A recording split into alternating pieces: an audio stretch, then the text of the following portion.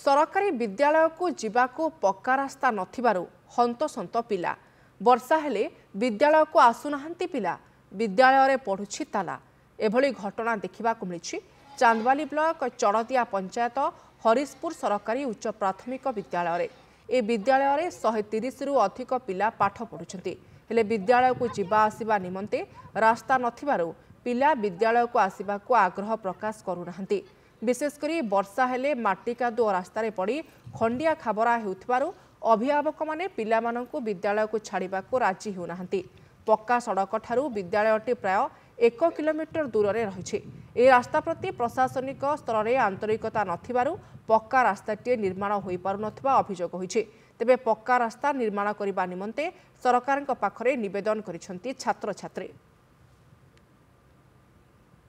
वर्षा हेबारु आम पड़ी जाऊँ गुड़ हाथ भांगी जाऊँ 1 किलोमीटर आम साइकेल रखुचु आमर सब माटी रास्ता